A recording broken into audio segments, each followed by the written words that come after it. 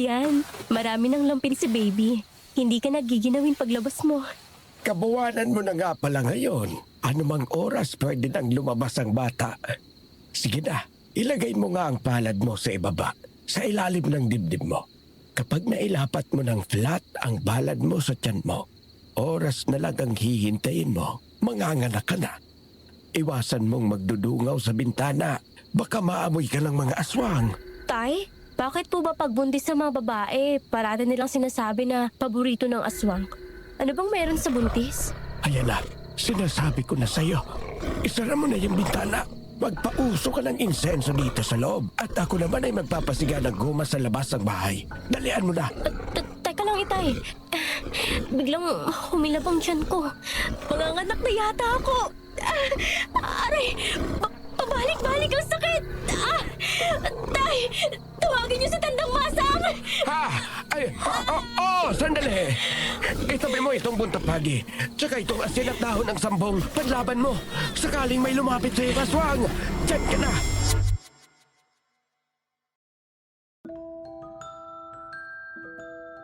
Ang pagtitiwala sa iyong kapwa ay inihahalin tulad sa isang sumpaan ng dalawang damdamin na kahit walang nakakakita, ramdam mo ang pag-asa sa bawat isa. Maraming usapin tungkol sa salitang tiwala. Maraming katanungan kung kailan at saan ka dapat magtiwala. Magkaganon pa man, maging tapat ka lang sa inyong konsensya at sa iyong sarili. Makakabit mo ang pagtitiwala ng ibang tao sa iyo. Subalit, may pagkakataon na ang taong iyong pinagkakatiwalaan ay siya pang magbabaon sa iyo sa lupa. Minsan din akong nagtiwala at nabigulang. Pero sa aking pagtsatsaga, nakamit ko pa rin ang tagumpay. Kayo, minsan na rin ba kayong nagtiwala pero nabigulang at nasaktan?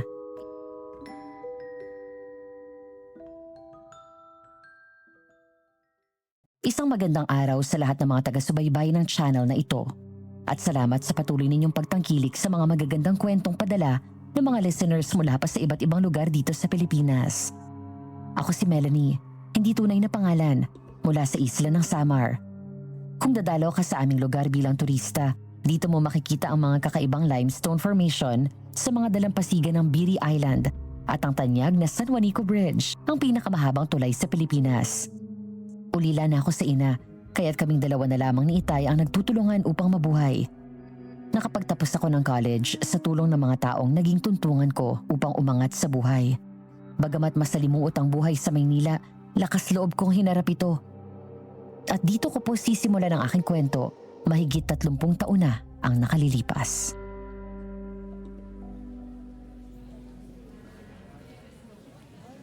Nandito na ba lahat? Nasaan yung guard na night duty? Nandiyan pa ba sa labas? Tawagin mo nga kung hindi pa nakakauwi. Sandali lang kamo. Ikaw, Miss Melanie, paupo ka dyan. Yung nakaharap sa akin. Nandito na po lahat, sir. Na-check ko na. Sige, buksan mo yung laptop ko. Proceed ka doon sa photo gallery. Hanapin mo yung picture ng nakabukas na vault. Ayan, sir. Naka-zoom na po. Makinig kayong lahat. Ang vault na ito ay puno ng pera. Dito ako kumukuha ng ipansisweldo ko sa inyo. At kung ano-ano pang gastusin dito sa opisina. Pagkatapos ng buksan ko, halos wala ng laman. Unyeta, bakit hindi nyo inamin sa akin kung sino ang lintik na magnanakaw dito?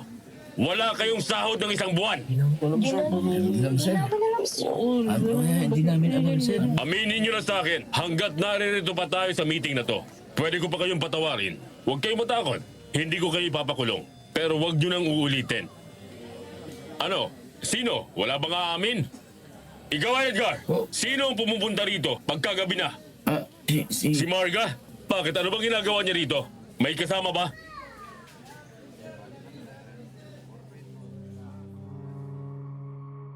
Sinabi ng gwardyang night shift duty na madalas pumunta sa opisina si Marga. Kasama nito ang 2 o 3 niyang kaibigan. Sinabi rin ng gwardya na hindi alam kung ano ang kanilang mga ginagawa dahil sa gate siya naka-assign.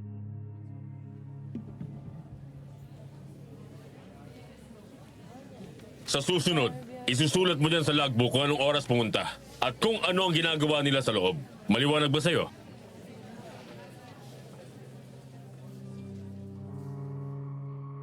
Sumang-ayon ng gwardya. Bagamat halatang galit si Sir, marunong siyang magkontrol ng kanyang sarili. Lalo pat nalaman niyang ang kanyang asawa pala ay pumupunta ng opisina ng gabing-gabi na. Bago ang araw na nagmi-meeting siya, Nagawa na niyang mag-inspeksyon sa paligid, pati sa bubungan ng kanyang opisina. Pero wala siyang nakitang may pumasok o may nagtangkang looban siya. Isa pa, walang ibang nakakaalam ng kombinasyon ng kanyang vault kundi silang dalawa lang mag-asawa. Pagkatapos ng meeting ay kinausap ako ni Sir. Ako kasi ang taga-ingat ng lahat ng mga secrets at strategies ng opisina. Magtatatlong taon pa lang ako sa kanyang opisina. Natutuwa siyang madali akong makabisa ang lahat.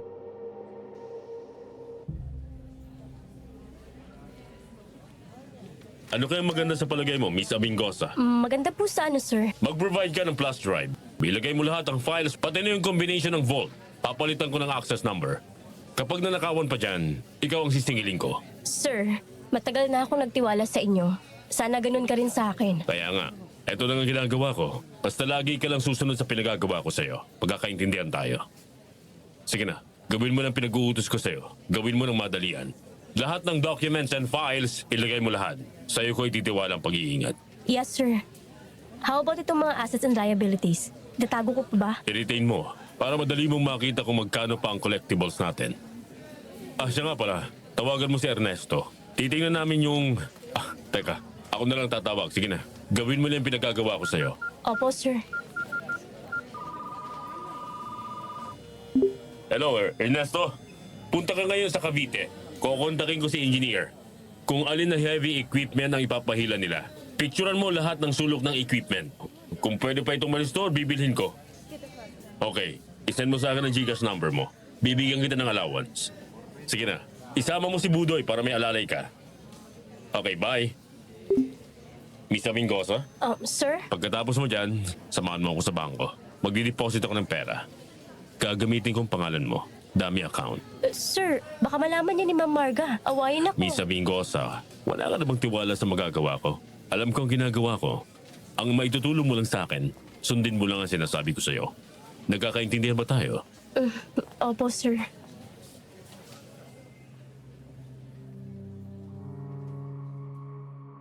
Naging sunod-sunuran lang ako, Madam Venus, sa lahat ng pinapagawa ni Aaron. Nakaramdam ako ng awa sa kanya nang nawala ang halos mahigit 2 milyon na halaga ng perang nakatago sa vault sa loob ng opisina niya. Kasali ako sa pinagdududahan, pero tigas kong itinanggi ang kanyang pagdududa sa akin. Kilala si Sir Aaron sa buong Pilipinas pagdating sa buy and sell ng mga heavy equipments katulad ng serang pison, wrecker, tractor, harvester at iba pa. Binibili niya ng murang halaga upang ayusin at baguhin ang mga lumang pyesa, pati ang body at saka ibebenta ng milyon ng halaga. Marami siyang pinauupahang apartment. Isang unit ang binigay niya sa akin upang wag na raw akong mangupahan at madali akong makakapag-ipon ng aking gamit. Mabait si Sir Aaron, kaya naman di ko magagawang pagnakawan siya. At ito'y taliwas sa ugali ng kanyang asawang si Marga.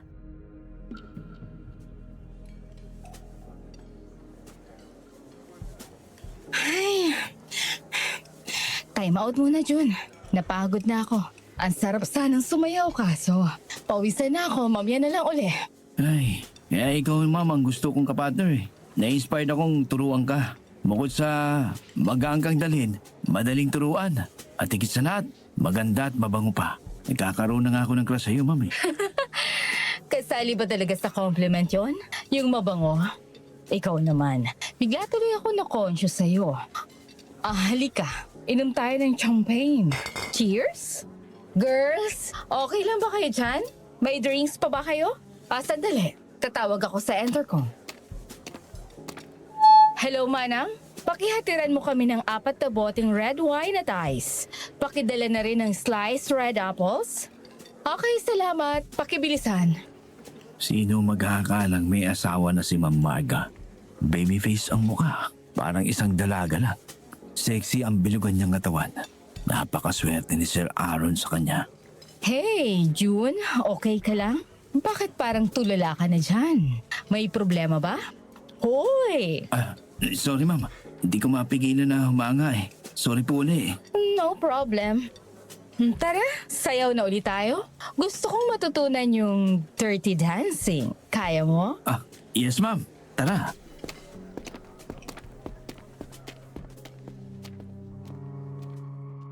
Nasa ganoong eksena sila ng pagsasayaw, hindi na malaya ni Ma'am Marga na dumating na si Aaron. Di niya nagustuhan ang nakita niya at tumuloy na ito sa kanilang kwarto. Mahigit 1 oras pa ang lumipas bago si Marga ay pumasok na rin sa kanilang master's bedroom. Laking gulat ni Marga na naroon na pala sa loob ng kanilang kwarto si Aaron.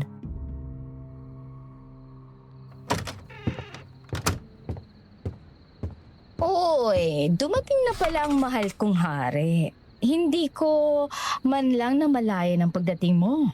Saan ka dumaan? Paano mo nga ako mapapansin? Abala ka sa pagliyad habang yakap-yakap ka ng lalaking yon. Kailan ka pa naging cheap, ha? Ang sagwa ng nakita ko kanina. Habang ikaw naman ay nakahawak sa pisngi ng lalaking yon. Nakulang na lang magkalapit ng inyong mga bibig. Naglilibang lang naman ako. And dancing is an art. Buti nga, naririto sila sa mansyon. Kaya umalis ako at pumunta kung saan-saan. Bakit hindi ka kasi lumapit kanina? Eh di sana na ipakilala ko sa'yo ang inupahan kong dance instructor. Palibhasa kasi wala kang hilig sa musika. Napaka-killjoy mo. Huwag mo akong gawing tanga. Marga, pwede kang magpaturo ng sayaw na hindi ka hinahawakan. Pwede ka nilang mahawakan sa baywang pero saglit lang. Yung nakita ko kanina, hinahayaan mo lang siya maglaro ang kanyang mga kamay sa parte ng katawan mo. At gustong gusto mo naman. At isa pa, kaya mo namang umupa ng medyo decent at kilalang ballroom dance instructor. Huwag mo naman sana dun sa pipitsugin na natuto lang sumayaw dance instructor na. Sige, minsan ko pang makita ang lalaking yun sa pamamahay ko, ipakukulong ko siya. Sa salang panghihipo. Tandaan mo yan. Huwag mo na ngang pakialaman ang ginagawa ko. Binabayaran ko siya ng 10,000 kada session. Gusto ko matutong sumayaw dahil ito'y para naman sa'yo. Isa kang kilalang businessman sa buong Pilipinas. So kailangan kong matutong makipagkapwa. Para yun sa'yo. At kaya ka ba kumukuha ng pera ko sa opisina ko? Para dyan sa kapritsyo mo? Hindi ko alam ang sinasabi mo. Huwag mo akong pagbintangan. Hindi ako pumupunta sa opisina mo. May negosyo din akong inaasikaso, kaya wala akong panahon pumunta sa opisina mo. Bakit hindi mo tanungin ang mga trabahador mo? I'm sure meron dyan mga patay gutom na pagnanakawan ka. Oo, tama ka. Hindi ka pumupunta sa opisina ko kapag umaga. Pero sa gabi, kapag wala ng tao, isinasama mo pa ang mga kaibigan mo. Anong ginagawa niyo doon? Hindi tambayan yon. Pwede kang mag-entertain ng bisita only during office hours. Bakit? Bawal ba? Asawa mo ako. Kaya may karapatan ako magpunta ng mga oras na gustuhin ko. Bakit kailangan ko pa magpaalam sa'yo? Sino lang ang pinapayagan mong pumasok sa opisina mo? Yung mumurahin mong sekretarya?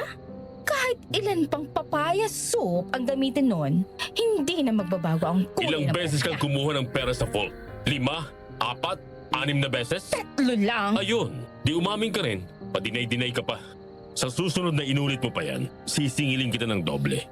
Alam mo bang ang pera nakatago doon ay pampasweldo ko sa mga tauhan ko? Wala kang ambag doon. Hindi ka na naawa sa kanila.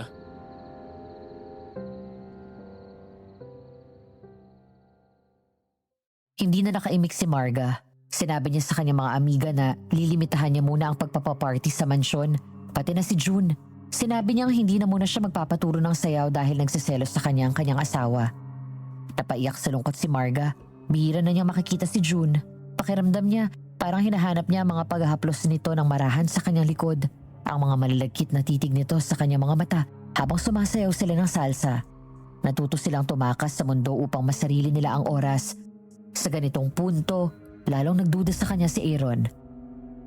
Sa opisina, sinamahan ako ni Aaron habang tinatapos ko ang mga papeles at mga documents tungkol sa sales at mga bayaran. Nahalata kong parang malungkot ang kanyang muka. Nawari bang may malalim na iniisip? Mag-aalas 10 na noon ng gabi.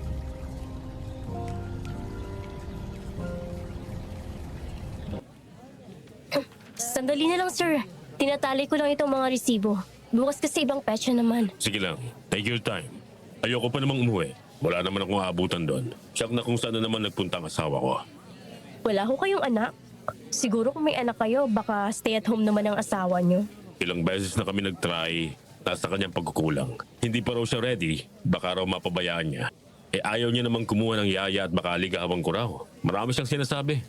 Kung minsan naiisip ko, siguro nagpakasal lang siya sa akin dahil sa pera ko. Ni hindi ko naranasan na pagsilbahan niya ako. Nasaan na kaya yung babaeng pinapag-aral ko noon? Pinapag-aral? Sino yon? Natatandaan mo ba? Hindi ko na maalala, parang Ani or Ana yung pangalan niya. Sa dami kasi ng girls na humahabol sa akin noon, ewan ko ba kung bakit napunta ako kay Marga. Ano bang itsura nung Ana? Natatandaan mo ba? Wala na talaga akong matandaan. Pag-graduate niya kasi ng college, wala na akong balita sa kanya. Bakit niyo pa po siya hinahanap? Wala naman, gusto ko lang kumustahin siya. Kung nakapagtrabaho ba siya, kasi kung hindi, pwede siya dito sa akin. Manghihinayang ako kung mapupunta lang siya sa lalaking hindi siya kayang alagaan. Mabait na bata si Ana, maalalahanin. Isa sa mga katangiang hindi ko makita sa asawa ko. Ganun pala. Baka po masyadong busy lang. Paminsan-minsan po aalukin mong lumabas kayo. Hindi rin, kasi palaging nakabuntot sa kanya yung mga kaibigan niyang gutom sa galaan. Di parang hindi nyo rin ma-enjoy ang date nyo. Ikaw, bakit wala ka pang boyfriend? Gusto mo ilakad kita kay Orly? Binata pa yun. Isa sa mga masipag kong tagagawa ng tornilyo. Mataas ang sweldo nun. Wala pa po sa isip ko yan, sir.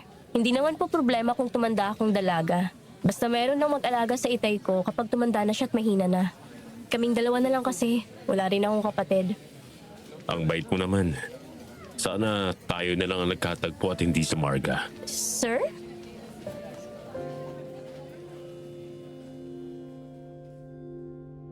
Bigla akong kinilig at pakiramdam ko lumukso ang puso ko palabas.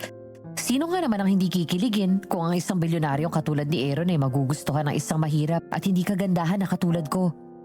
Pero kahit gaano pa ang aking pagpapantasya, di naman pwedeng maging kami dahil may asawa na siya.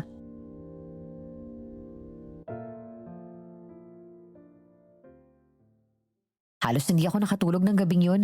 Parang paulit-ulit ko naririnig ang sinabi niya sa akin. Sabi ko sa sarili ko, sana nga, balang araw ay makatagpo rin ako ng katulad ni Sir Aaron. Samantala, lihim na nakikipagtagpo si Marga kay June.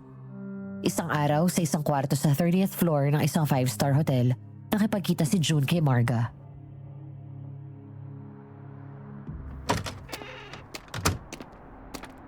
Akala ko hindi ka darating. Akala ko hindi mo ako sisiputin. Pwede mo namang hindi. Miss na nga kita eh. Hindi ko na nahahawakan ng bewang mo habang nasasayaw tayo. O ano, kailan ba ulit tayo magbo-ballroom dancing? Abig na akong makasayaw ka uli. Hindi na muna siguro, June. Ayaw ka na makita ng asawa ko. Tatawagan na lang kita kapag kailangan kita. Paano ako? Mawawalan ako ng trabaho kung ganun. Ayaw ko naman maging palaboy. Alam mo naman sa iyo lang ako umaasa, mahal. Don't worry, my baby. Bibigyan kita ng check eh. Pay to cash. Makakatuloy yan sa iyong pagsisimulang muli. Ayoko ng cheque. Yung huling binigay mo sa akin, wala namang pondo tapos ito na naman. Niloloko mo yata ako eh. Bakit hindi na lang cash ang ibigay mo sa akin? Wala akong dalang cash. Sige, ganito na lang. Mag-withdraw ako. Hintayin mo ako dito. Hindi pwede. Hindi ako makakapayag. Baka kung hindi mo na naman ako balikan. Hasama ako sa iyo. Tara na. Sige na. Tara na. Pero huwag kang sasabay sa akin. Mauna ako. Sumunod ka na lang, okay? Ayusin mo pakikipag-usap mo sa akin. Ginamit mo ako. Pwes, bayaran mo ako. Ayon sa pinangako mo. Oo na nga. Hindi mo na kailangang ulit-ulitin yan.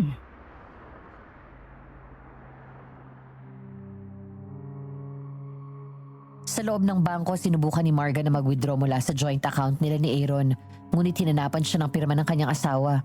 Pinagbilinan pala ni Aaron ng bangko na ipaalam muna sa kanya kung maglalabas ng pera ang kanyang asawa. Galit na nagwawala si Marga sa bangko. Pinagsasalitaan niya ang mga empleyado doon. Ipinaliwanag naman sa kanya ng manager na sumusunod lang sila sa bili ni Aaron. Galit na umalis si Marga. Samantala, inis naman sa kahihintay si Jude sa kanya sa isang mamahaling restaurant. Lalo pa itong nainis nung dumating si Marga na walang dalang pera.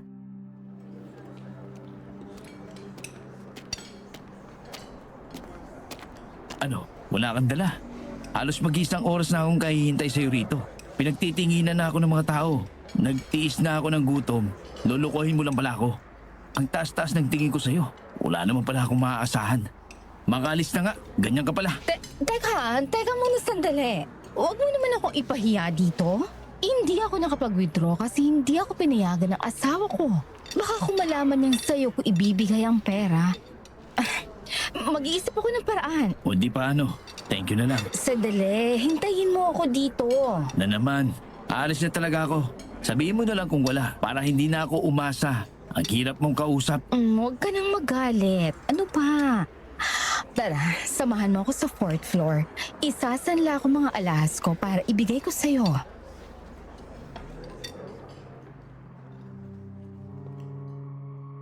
Naisanla ni Marga ang kanyang 2 hikaw na diamond upang ibigay niya lamang sa binata. Naalala niya, baka kung hanapin yun sa kanya ni Aaron dahil regalo ito ng kanyang asawa sa kanya. Samantala sa opisina, unti-unting napapalapit ang loob ni Aaron kay Melanie. Pero sa paraang hindi mahahalata ng mga trabahador nila.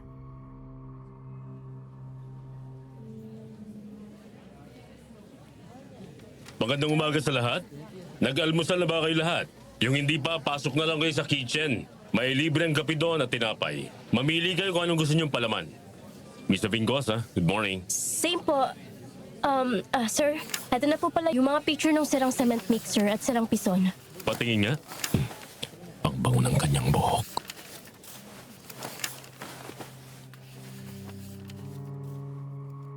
Habang tinitingnan namin ni Sir ang mga pictures ng mga sira ng mga heavy equipment sa laptop, langhap na langhap ko ang kanyang pabango.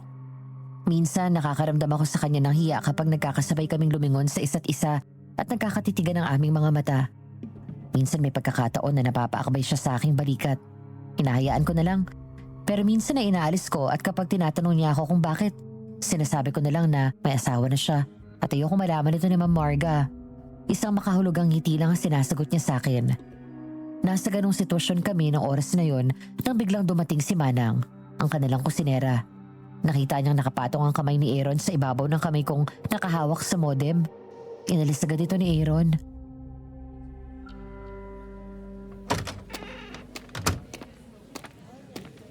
Sige Manang, pakilapagdala sa mesa. Maraming salamat. Kayo rin ho, magmerienda na rin kayo sa ibaba. Wow naman! Yung paborito kong burger overload. Salamat po, Sir Aaron. Lalo akong gaganahang magtrabaho nito. Dapat lang, Miss Vingosa. Dinagsa tayo ng buyer ng harvester. May po-order na ako ng 15, parting Ilocanja at Bicolandia. Gusto kong makarating ng Ilocos. Gusto kong makitang personal yung mga naglalakihang windmill na source nila ng electricity. Talagang isasama kita doon. Kasi alam mo, mula nang naging empleyado kita, naging maganda ang aking negosyo. Siguro, swerte ka para sa aking negosyo. Salamat po, sir, sa pagtitiwala mo. Sir, parating na si Ma'am Marga. Bakit siya dito sa opisina? Kita ko sa monitor. Aba, himala. Ano kayang kailangan ito? Hello, mahal kong hubby. Kumusta ang negosyo? Good morning, ma'am. Melanie, gusto mo samahan kita dun sa kaibigan kong beautician? Ililibre kita kasi naman. Wala man lang kakulay-kulay ang kuko mo. Para kang labandera dito. Tsaka yung buhok mo, wala man lang kakulay-kulay at korte. Para ka lang din tindera sa Ukayan. Alalahanin mong opisina ito. Pati ang choice mo ng damit, yucks, old-fashioned. Marga, stop insulting my executive secretary. Igala mo ang kanyang gusto. As long as her performance is good in this company, wala akong nakikitang mali sa itsura niya. Huwag ka naman masyadong mapanlait sa iyong kapwa.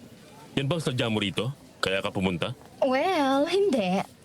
Pumunta ako kasi na-short ako sa bayad doon sa mga bagong beauty products na in-order ko. Hihingi sana ako sa'yo. Babayaran ko na lang. Para naman kasing sa ibang bahay ako nakatira. Araw-araw naman tayo nagkikita, di ba? Marga, pwede ba? Magbago ka na. I'm sure panibagong kasinungalingan na naman yan. Kilala kita, Marga. Masyado kang maluwag sa pera sa kukunting income na pumapasok sa'yo. Mas malaki pang ginagastos mo. Ilang ulit na ba kitang binigyan ng puhunan mo? Wala naman nangyayari. Ayaw mo naman akong alalayan dito sa negosyo ko. Ew. Aaron, darling. Alam mo may allergy ako sa dust. Hindi ko carry ang maglanghap na alikabok galing sa mga binamasilyang mga bakal. Pati nagkalat na ascites sa semento na humalo sa alikabok. Pati ang amoy ng paint thinner at pinta. Talagang ayoko. Tigilan mo na ako, Marga. Ayaw mong pumupunta rito pero pag wala ng mga tao rito, saka ka naman naririto. Ay, nako. Magkano na naman bang kailangan mo? Halika, sasamahan na kita sa bangko. Mr. Bingosa, ikaw na munang bala rito, ha? Sasaglit lang kami sa bangko. Yes, sir. Sige po. Hurry up, darling. Baka kung biglang dumating yung in-order kong package. Tara na. Aba, may nahulog sa purse ni Ma'am Marga. Ibibigay ko na lang to sa kanya pagbalik nila. Mga gamot pa lang laman ito. Pero wala namang nakapangalan ko anong klaseng gamot. Meron pa mga nasa vial na maliliit. Panay mga walang pangalan. Anong klaseng gamot kaya ito?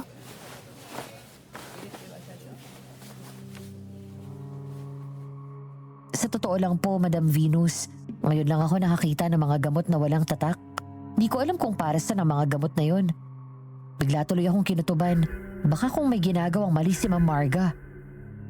Tuwing magkakaroon ng okasyon, doon ako sa mansyon pinatutulog ni Aaron upang may katulong naman si Manang sa pag-estima sa mga bisita. Kadalasan naman Sabado ng gabi ang party kaya may time pa akong magpahinga sa araw ng linggo.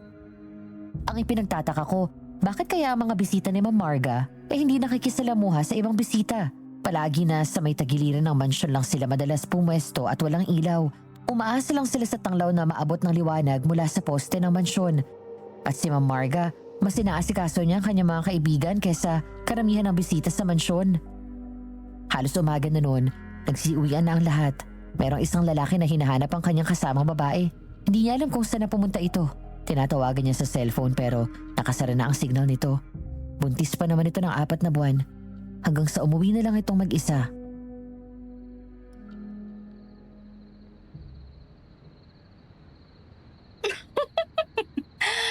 Mga hangal, bakit ba may mga taong tanga?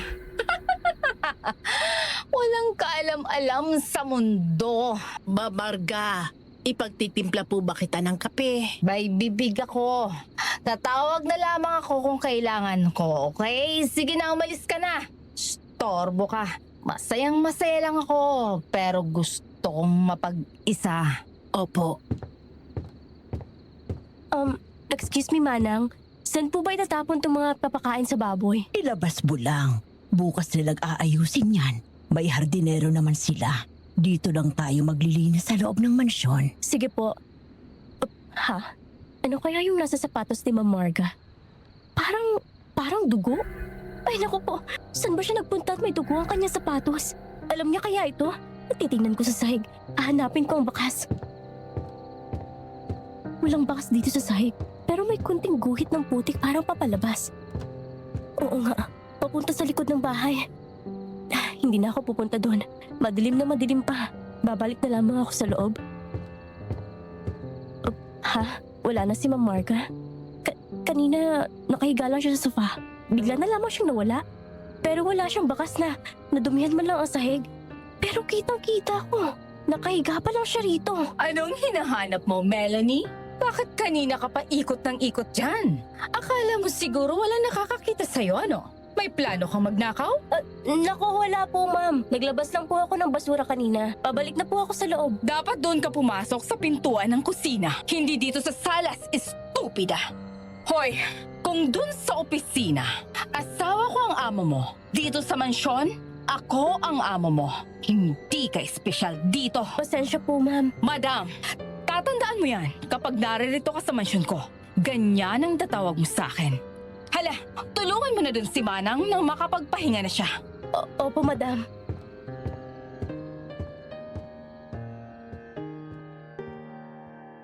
Napahiya ako sa sarili ko, Madam Venus.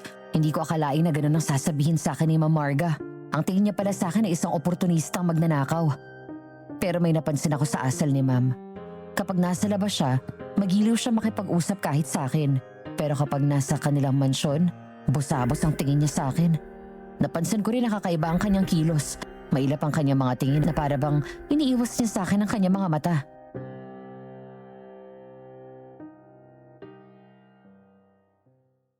Kinabukasan madilim-dilim pa, tumutulong na ako kay Manang sa paghahanda. Babalik na rin kasi ako ng apartment. Biglang nasilip ko sa bintana ng kusina si Ma'am Marga. Madilim pa ang likod bahay ng mansyon dahil sa may mga kahoy na nakalilim pa dito. Nakita kong abala siya sa pagtabo ng lupa sa kung anong nakalibing doon. Doon ay sinita ako ni Manang.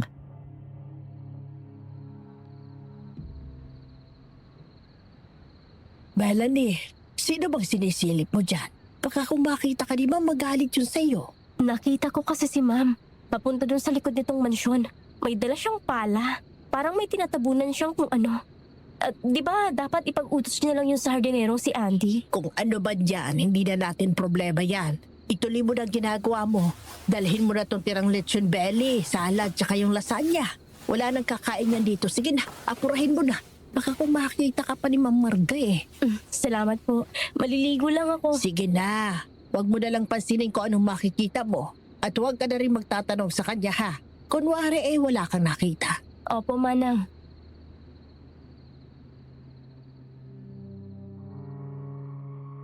Nakauwi na ako sa apartment.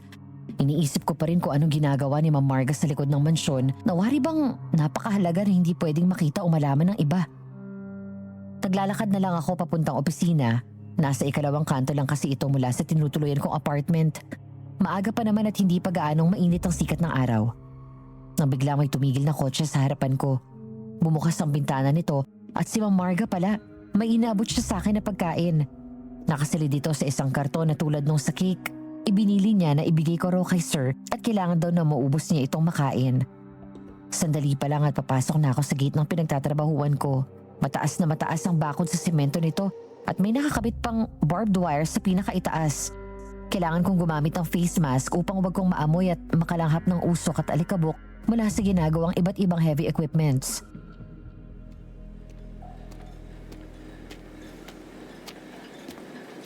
Hello po, Mang Tino, Brian, Morning po. Lolo Elmer, Mang Joe, nagkape na pa kayo? Kung hindi pa, sabihin niyo na lang kay Manang Esther dyan sa kusina, ha? Sige po, aakyat na po ako sa office.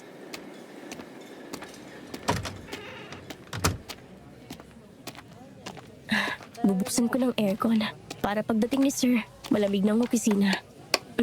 Ayan, nararamdaman ko ng unti-unting paglamig ng paligid. Oh.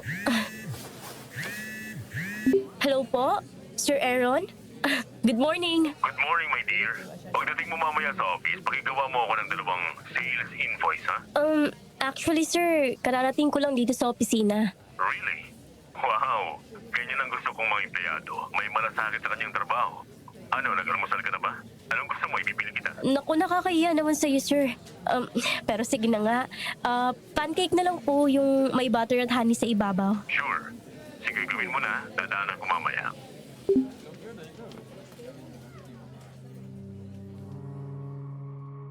Mula nung nagkakwentuhan kami ni Aaron, nararamdaman kong unti-unti kaming nagiging malapit sa isa't isa.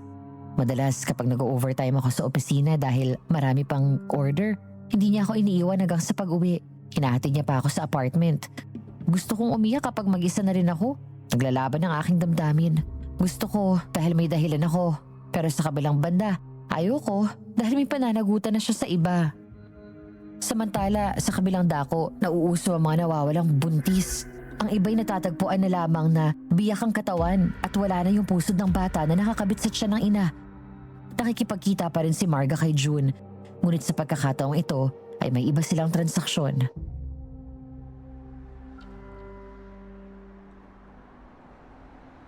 Nasaan dala mo? Patingin nga. Nasa loob ng L300. Nasa loob ng malaking Durabox. Ano? Baka kung patay na yan. Hindi kita babayaran, sinasabi ko sa'yo. Huwag kang mag-alala. Kailanman hindi pa ako napahiya sa'yo. Buhay pa yan. Inaksakan ko lang ng papatulog. Aber, patingin nga. Ilapit mo sa may pintuan ng sasakyan mo para makita ko. Oh, ayan. Nakita mo na. Sige, ilipat mo na doon sa likod ng sasakyan ko. Sumunod ka agad sa mansyon. Doon na kita babayaran. Hindi pwede. Pagpapakarga pa ako ng gasolina. Pa kung hindi na ako makarating dun. O sige na. Kalahati mo na ibibigay ko sa'yo. Ang kalahati, doon na lang sa mansyon. Akin na. Umuwi ka na at baka kumagising pa yan.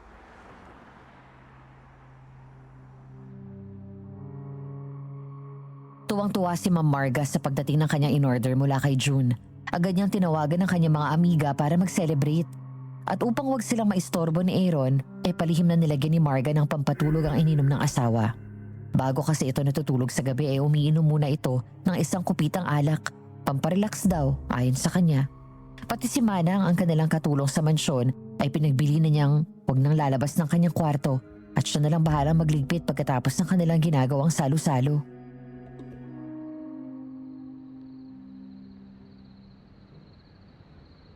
Alay natin sa kanya ang pasasalamat na ito. Ngayong gabi ay muling mag-aalay ng sakripisyo. Kaming iyong mga lingkod, sabay-sabay nating inumin ang tagumpay. Cheers! At ngayon, ang pinakamasayang parte ng ating pagtitipon ngayong gabi. paghati-hatian natin ang dumating na biyaya. May mga dala ba kayong mga lalagyan nyo? Okay, share na. Pagkatapos ng hati-hatian, ay uwian na. Huwag na kayong magtatagal dito at baka kung biglang magising ang asawa ko, wala akong may papaliwanag sa kanya. Salamat. Kailan naman mauulit ito, madam? Maghintay na lang kayo ng ghost signal ko. Pero next time, dagdagan nyo naman ng konti ang bayad nyo. Ako yata ang nadidihado, samantalang pare-pareho naman tayong nakikinabang. Ako pang naghahanap. Ngayon, kung di okay sa inyo, pwede namang huwag ko na kayong bigyan. Madam, hindi kami papayag na sosolohin mo ang biyaya. Sige na, payag na kaming magdagdag ng bayad. Basta share ulit. Okay, yun lang gusto kong marinig. Salamat sa inyo. Magandang gabi. Babalik na ako sa kwarto. Baka kung gising na ang asawa ko.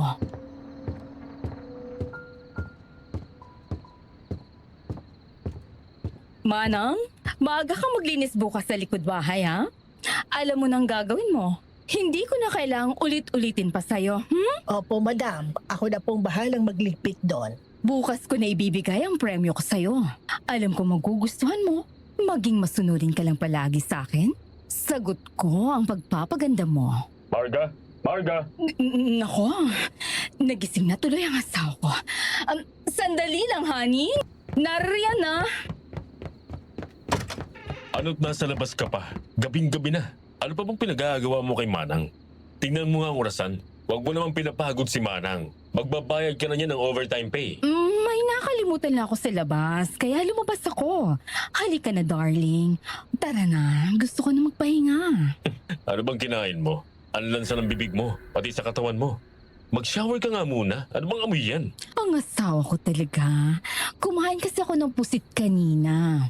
Pasensya ka na, asawa ko, ha? Sige, mag-shower na ako. May narinig akong tunog ng sasakyan kanina. Sino bang umalis? Tunog ng sasakyan. Wala naman. Baka sa kapitbahay mo lang narinig. Halika na.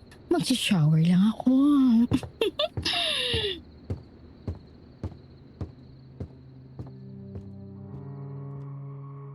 Walang kaalam-alam si Aaron na may mga gabi na nagkakaipon-ipon ang mga kaibigan ni Marga sa likod ng mansyon at may ginagawa silang salo-salo. Tanging si Manang lamang ang nakakaalam ng mga nangyayari sa mansyon. Balita naman sa ilang radyo at TV station ang misteryosong paglaho ng mga babaeng buntis. Ayon sa balita, may mga sasakyan na nag-o-offer sa buntis ng ibibili ng grocery items, pero kapag sumama na ito sa kanila, hindi na nakakabalik. Hindi rin matukoy kung saan dinadala ang mga buntis na babae dahil wala namang naire-report na may nakuhang bangkay sa kung saang lugar. Samantala, ilang araw ko nang nahahalata na nananamlay si Aaron minsan. Niyaya ko nitong mamasyal sa Tagaytay. Doon nagbukas siya ng kalooban sa akin.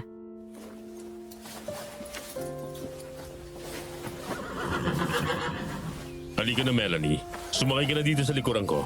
Matagal-tagal na rin ako hindi nakakapag-horseback riding. Hala sir, ayoko. Hindi ako marunong sumakay sa kabayo. Baka kung malaglag ako dyan. Huwag kang matakot. Naririto naman ang may-ari ng kabayo eh. Aalalayan niya tayo.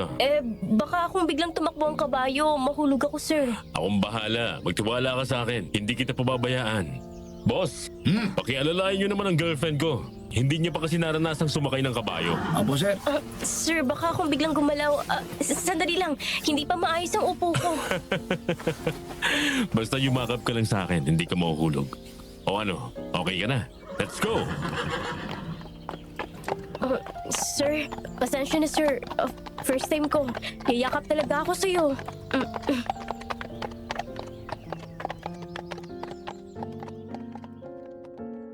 Nahihiyaman ako ng oras na yon pero talagang inalis ko ng hiya ko. Mahigpit ang pagkakayakap ko kay Aaron habang nasa likuran niya akong nakasakay sa kabayo. Bigla naramdaman ko na lang na marahan niyang ipinatong ang kanyang kaliwang kamay sa kanang kamay kong nakayakap sa tiyan niya at pinisil-pisil pa ito. Mahigit 1 oras din kaming nakasakay sa kabayo. Marahan lang ang takbo nito pero nakakapagod sa parte ng may-ari ng kabayo dahil hawak-hawak niya ang renda ng kabayo hanggang sa matapos ang aming oras. Hindi agad ako nakababa sa pagkakasakay dahil pakiramdam ko na manhid na ang mga hita ko. Kaya pakarga akong tinulungan ni Aaron na makababa. Hindi ko maiwasan na humawak sa magkabila niyang balikat habang hawak niya ako sa aking bewang. Nagkatinginan kami. Matagal akong napatulala. Gusto ko siyang yakapin pero bawal. Hanggang sa napatawa na lang kami pareho dahil sa amin na pala nakatingin ang mga tao.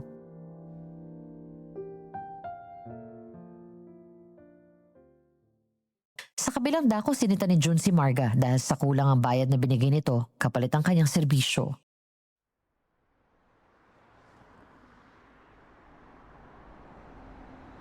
Ano pa bang inirareklamo mo? 50 mil binayad ko sa'yo. Kulang pa yan para sa'yo? Madam, pwede na ba akong mag-resign sa trabaho ko?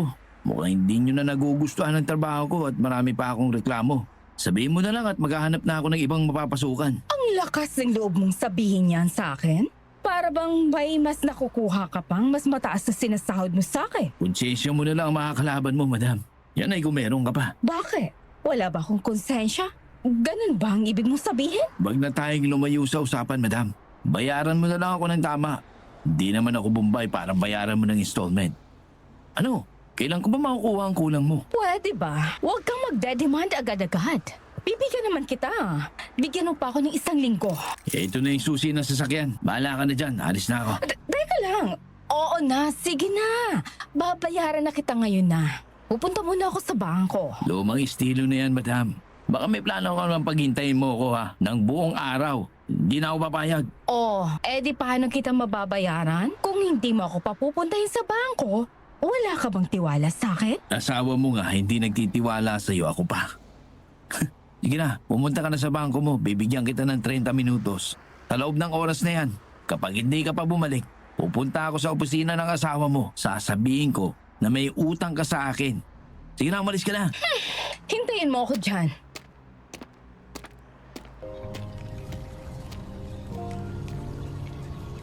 Napilitan si Marga na bayaran si June ang balas niyang 25 mil. Sa hirap ng ipinapagawa sa kanya ni Marga, sapat lang na sulit ang ibabayad nito sa binata. Samantala nahahalata ni Melanie ang biglang pananamlay ni Aaron. Marahan niyang dinampian ang kanyang palad daw noon ni Aaron kung may lagnat ito. Ngunit kinuha lamang ni Aaron ng kanyang kamay at marahang hinalikan ito. Sabay sa higpit ng pagkakahawak sa isa't isa ng kanilang mga kamao, hindi pumayag si Melanie na hindi sila sumaglit sa isang private clinic na nadaanan nila. Nagpa-check up si Aaron. Negative ang lahat ng resulta. Nasa loob na sila ng sasakyan nang biglang tumawag kay Melanie ang kanyang ama.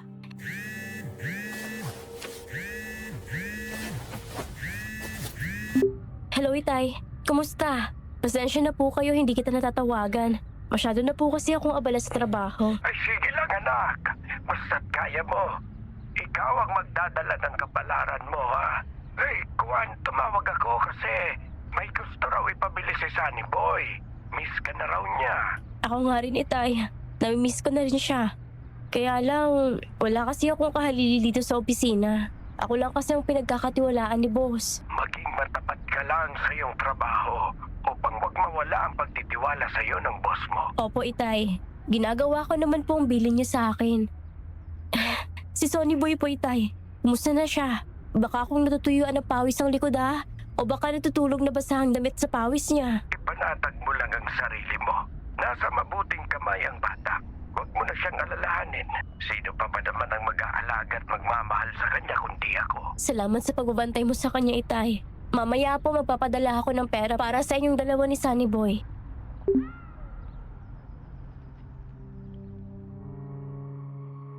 Bigla akong napaluha, Madam Venus. Bigla akong naalala ang anak ko. Dahil sa trabaho ko, kailangan ko siyang iwanan sa aking tatay. Tinanong ni Aaron kung sino si Sunny Boy pero di ko sinabi sa kanya na anak ko siya. Di na kami dumaan sa opisina. Diretso na kaming umuwi ng mansyon. Inalalayan ko siya. Sanhin ng masama daw ang kanyang pakiramdam. Wala nang oras na yon si Marga. Si Manang lamang naiwan sa mansyon. Pagkahiga niya sa sofa, hinilot-hilot ko ang kanyang sentido at noo. Inutusan ako ni Aaron na gusto niyang mahiga sa aking mga hita at pumayag naman ako. Nilagyan ko lang ng maliit na unan sa ibabaw ng mga hita ko.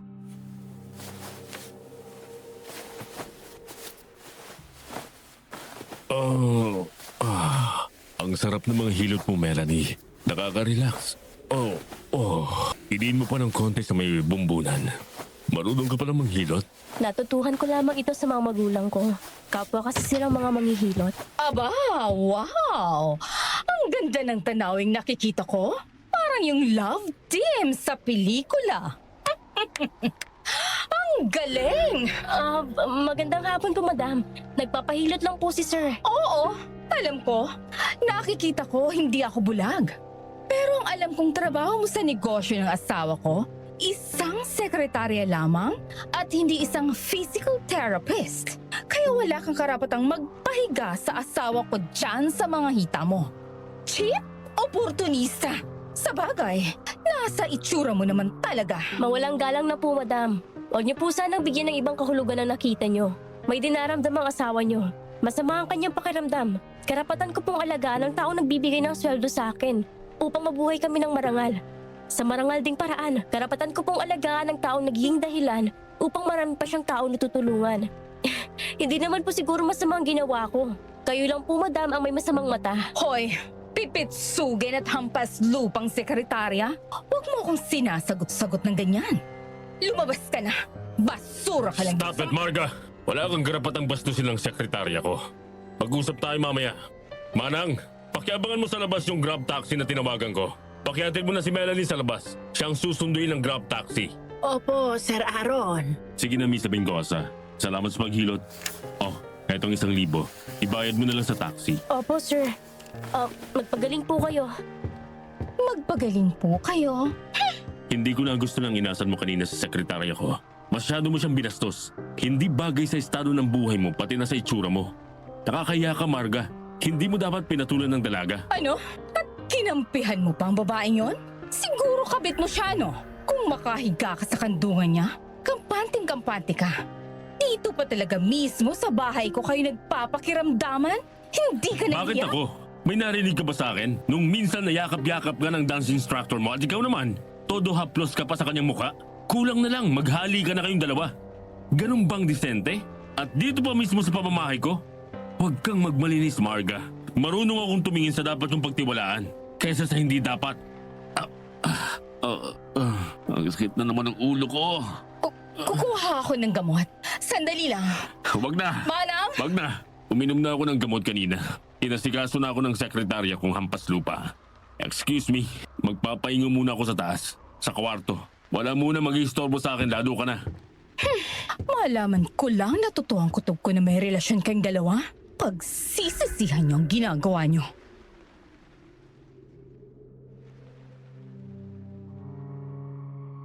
Madam Venus, masyado ako nag-aalala kay Aaron.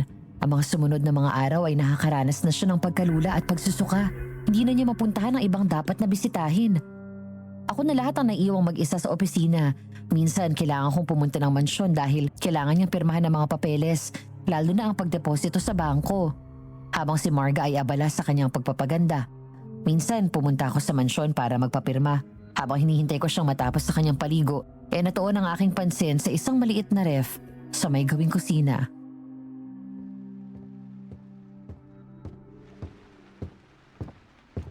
Hello, Manang.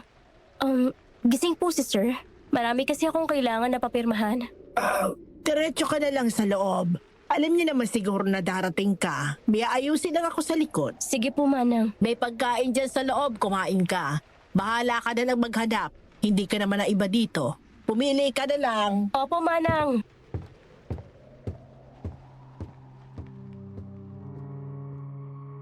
Dumiretso na ako sa loob ng mansyon. Naramdaman kong kumakalam na talaga ang sikmura ko kaya hindi ako nahiyang pumunta ng kusina at maghanap ng pagkain. Sarap na sarap ako sa liver steak at adobong atay. Buti na lang wala nun si Marga kaya malaya akong nakakain. Naghanap sana ako ng maiinom nang bigla akong makita ang isang maliit na ref at unti-unti ko itong nilapitan.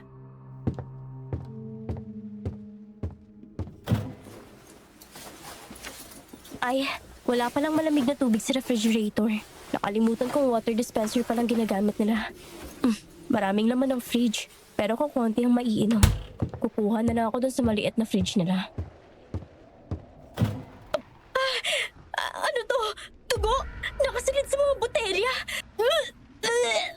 Melanie? Sir? nangyari? Sorry po, sir. Nabigla lang po siguro ako. Napakainit kasi sa labas at pagpasok ko rito, aircon. Ikukuha kita ng maligamgam na tubig. Hihimasing kong likod mo para maibsan ang nararamdaman mo. Sir, ako na lang po. Kayo ang may mas niraramdam. Okay na po ako, sir. Akin ang mga papeles na pipirmahan ko.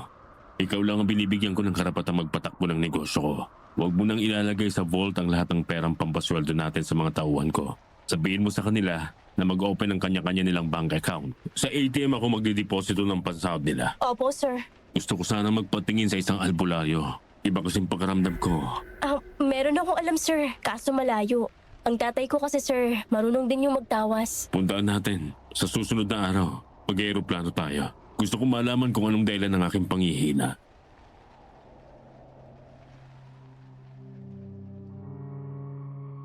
Walang inaksayang panahon si Aaron. Lumipad kami sa Samar ng sumunod na araw at tinawag siya ni Itay na napag-alaman niyang isang tao ang kumukulam sa kanya. Binigyan siya ng gamot na pangontra sa kulam. Sinabi rin sa kanya ni Itay na talasan ang pakiramdam sa mga taong nakakasalamuha niya dahil isa rito ay nagtatangka sa kanyang buhay. Doon niya lang dinalaman na may anak ako sa pagkadalaga. Naawa siya sa bata habang mahigpit ang pagkakayakap sa akin ni Sunny Boy. Biniro pa niya ang bata na siya na lang daw ang tawagin nitong daddy. Parang kinurot ang puso ko noon, Madam Venus, kung alam lang saan na nila ang katotohanan. Lalo lang ako napaluha nang paalis na kami. Mahigpit ang pagkakayakap ni Sunny Boy kay Aaron, ang lalaking nagkaroon na ng puwang sa aking puso. Ngunit kailanman ay hindi magiging akin. Samantala, merong hindi pagkakaintindihan sa pagitan ni Marga at ang kanyang mga kaibigang aswang.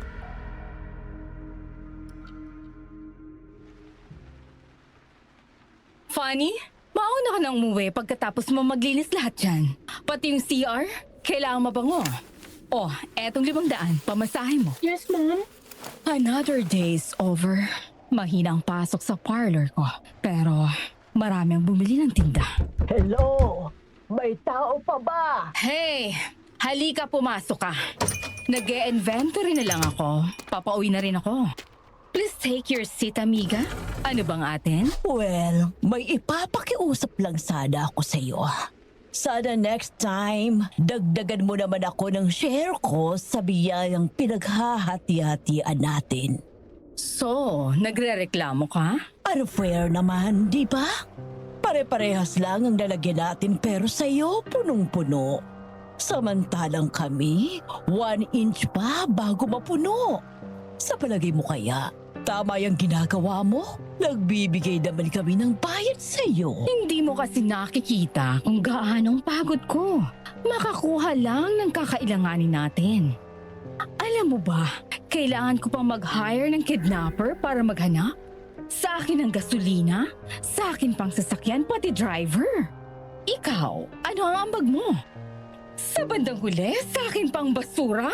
Para walang bakas na maiiwan? Natural lang siguro na regaluhan ko naman ang sarili ko. Yun lang ang tamang paraan para tuloy-tuloy ang negosyong to. Oh, ay, sandali. Nagkaroon ako ng ideya ngayon. Ano kaya kung sa akin mo na lang ibigay ang itatapon mong basura? Laman dyan din yan. At isa pa, ibig ko lang ipaalala sa iyo, Marga. Kung ano man ang tagumpay na tinatamasa mo ngayon dahil in demand ang tinda mong pampaganda at pampabata, yan ay utang na loob mo pa rin sa akin. Ideya ko lahat ito na ibinigay ko sa iyo. Kaya't huwag kang maging maramot dahil ang tagumpay mo sa akin nang gagaling. Pinayaran kita. Hindi ko hiningi sa'yo. At mas marami akong inilabas na pera para sa ikauunlad ng negosyo ko. Hindi lahat ng galing sa'yo. For your information, kahit mautak ka, wala ka namang pera, nga. Kung sa tingin mo, tuldok lang ang katumbas ko sa negosyo mo, tatandaan mo rin na nag-uumpisa ang lahat sa isang tuldok lang. At kung mawawala ka na sa mundo, isang tuldok na lang ang ikakabit sa pangalan mo. Ang ingay. Umalis ka na nga. Ay teka, magdala ka ng sarili mong sasakyan sa ilalagay mong basura. Baka kung yung service ko pa ang gamitin mo, hindi naman yata ako papayag. Basura mo, hakot mo, mahal ang gasolina. Yun lang pala. Deal ako.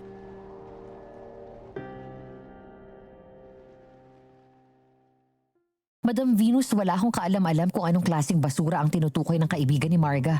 Basta ang alam ko nung minsang nagkaroon sila ng salo-salo sa mansyon, isang malaking garbage bag na itim ang pinagtulong-tulungan nilang ibaon sa likod ng chapel. Malakas ang kutob kong may ginagawa silang hindi maganda. Mula sa Samar pagdating namin sa Maynila, nagtuloy kami sa opisina ni Aaron. Doon ay nagpahinga siya ng konti, tinignan ang standing ng sales at collectibles namin. At sa kanya ako kinausap. Halata pa rin sa kanyang mukha ang pananamlay ng kanyang katawan. Lumakas-lakas lang ng konti nang may pinainom si tatay sa kanya na halamang gamot.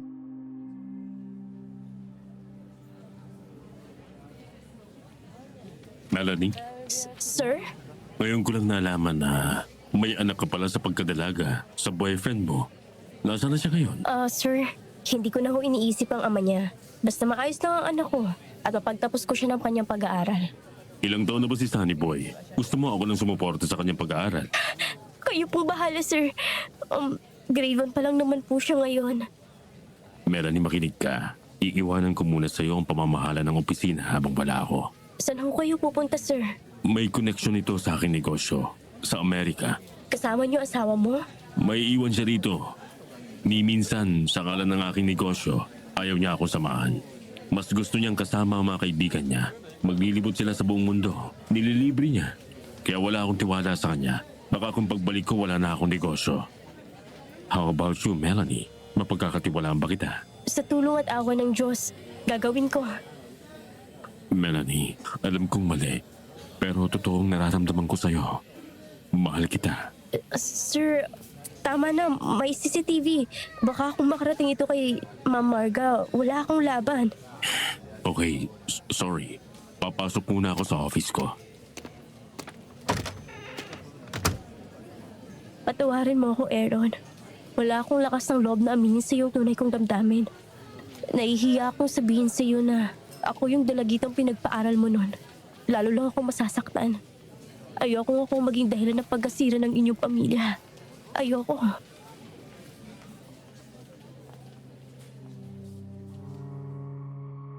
Lihim akong natuwa, Madam Venus, nang magkita sa di inaasahang pagkakataon si Aaron at ang anak kong si Sunny Boy.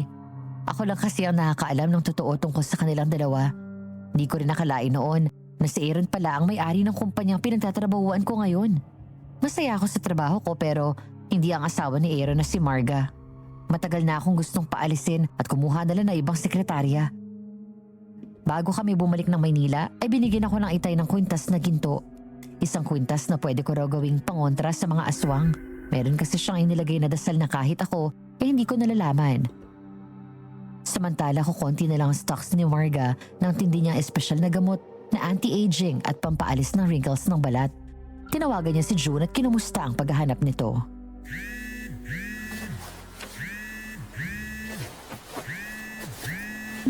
Hello, my darling. Kumusta ang paghahanap mo? Nakailan ka na ba? Pasensya na, madam. Wala ako ba timingan na lumalakad na nag-iisa lang. Karamihan, may mga kasama. Hindi ko makidnap. Baka magsumbong ang kasama. Lagot tayo dyan, madam. Hoy, pagdalahin mo naman ang utak mo. Bakit ka maghahanap sa kalsada? Maraming makakakita sa'yo, tanga ka ba? Pumunta ka ng maternity clinic o ospital kaya? Magpanggap kang kamag-anak kapag nag-iisa lang siya at gusto mo siyang ihatid. O kaya magpanggap kang asawa mo ang kaklase niya. Ilibre mo, kunin mo ang kanyang simpatya. Oo, madam. Kaya lang kung minsan nakakaramdam ako ng awa. Para akong nakukonsensya. Lintik, isang tabi mo yung awa na yan. Makakain mo ba yan? Hindi mo naman sila pinapatay. Kami na ang bahala. Yan lang ang trabaho mo. Hindi mo pa magawa? Maghanap ka ng paraan. Tumbasan mo naman ang magandang serbisyo ang 50,000 na bigay ko sa'yo. Sa bawat isang tao na madadala mo. Sisikapin ko, madam. Gawin mo agad. Panginoon, hindi ko na gusto ang trabaho ito. Patawarin niyo po ako.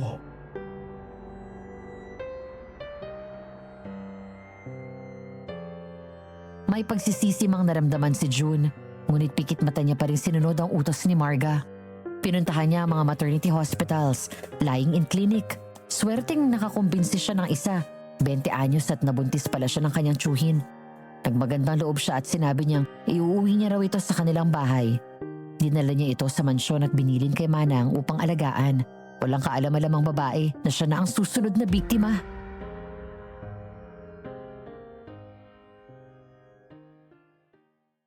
Samantala kinontak naman ni Marga ang kanyang mga kaibigang aswang upang mabigyan ng karagdagang abiso upang mapadali at maparami ang produksyon ng kanilang paninda.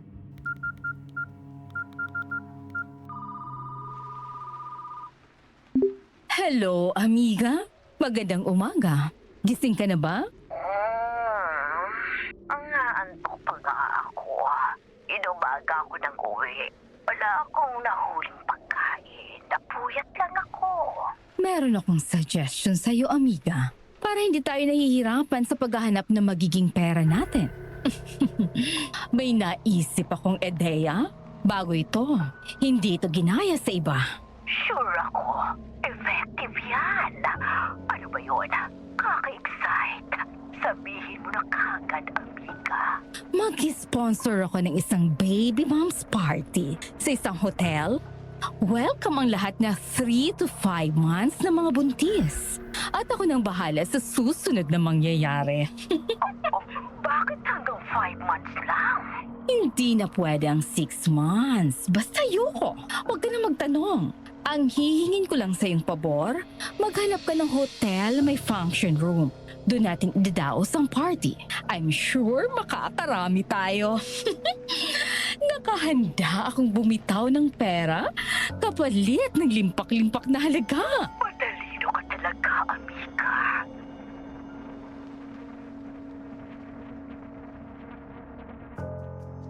Naisagawa ang party na pinlano ni Marga. Maraming buntis ang dumalo ng gabing yun. Ngunit isang malaking trahedya ang naganap. Bilang nawala ng ilaw ang buong function hall ng isang hotel. Doon ay nakabiktima sila ng 30 buntis. Nakita na lamang kinabukasan sa isang ilog na palutang-lutang ang ibang mga bangkay. Ang iba nakita sa bakanting lote, biyak ang katawan at wala ng bata sa kanilang tiyan. Pinaniniwala ang kagagawa nito ng isang aswang.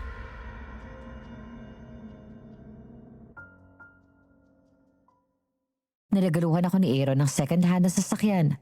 Pina-enroll sa isang driving school at ikinuha na tuloy ng lisensya. Sabi niya sa akin, para kahit daw wala siya, may maghahatid sa akin kung saan ako pupunta. Nalaman ito ni Marga at sinugod ako sa opisina. Wala nun si Aaron.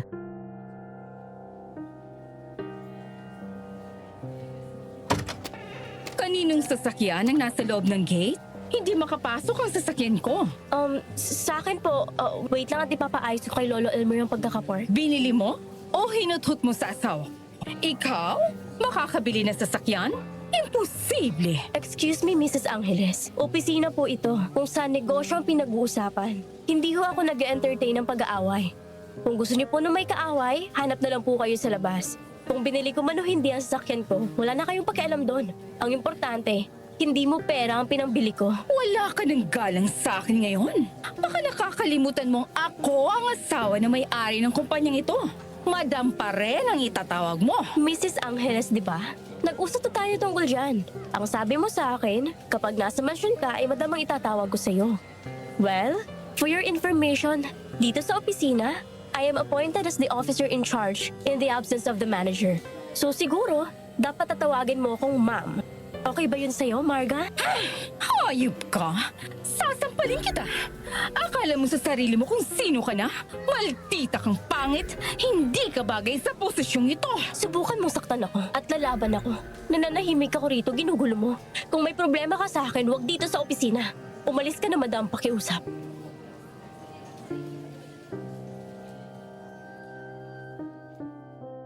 Sa galit ni Marga ay sinubukan niyang ipakulam si Melanie sa kaibigan niyang aswang. Ngunit ang ipinagtataka nila kung bakit hindi tumatalab ang kulam nito sa dalaga. Isang maitim na balak ang namuo sa isipan ni Marga. Kung hindi niya mapatumba si Melanie, hindi rin siya papayag na agawin nito sa kanya ang kanyang asawa. Unti-unti niyang pahihirapan. At least kung mamatay man ito, mapapasa kanya ang lahat ng pag-aari ni Aaron.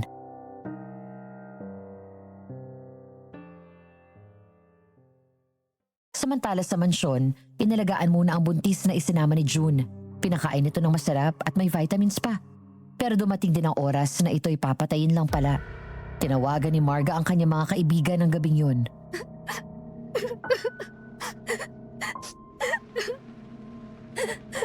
Huwag ka nang malikot, baby girl. Hindi ka makakahulag po sa pagkakatali ninyong kamay at paa. Huwag kang mag-alala. Lahat tayo darating sa ganitong sitwasyon. Uunahin lang kita. Huwag ka na mag-aksaya pa ng oras. Nakahanda na ang timba ngayon na. Ngayon na. Eto na. Ayan.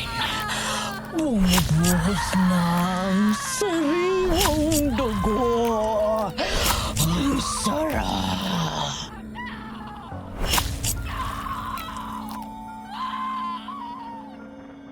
Pagkatapos na makuha ni Marga ang pusod ng bata at ang bag na naglalaman ng amniotic fluid na bumabalot sa fetus, abala naman ang kasamang lalaki ng kaibigang aswang ni Marga sa pagtadtad ng katawan ng biktimang buntis at ang pinutol na ulo at mga paa nito ay itinapon sa ilog.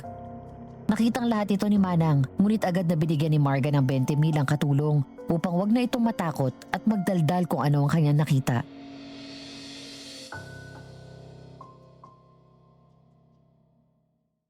Sa opisina, pumapasok na naka-face mask si Aaron dahil sa lumalala ang kanyang nararamdaman. Minsan biglang nanikip ang kanyang dibdib pero wala namang makitang impeksyon ng mga doktor. Kaya pili na lang muna ang kinakain niya upang makaiwas sa mga allergies na posibleng sa nakakain niya. Alagang-alaga naman siya ni Melanie. Ipinagluto siya nito ng natural na lugaw na walang mantika at may sahog na tanglad o lemongrass.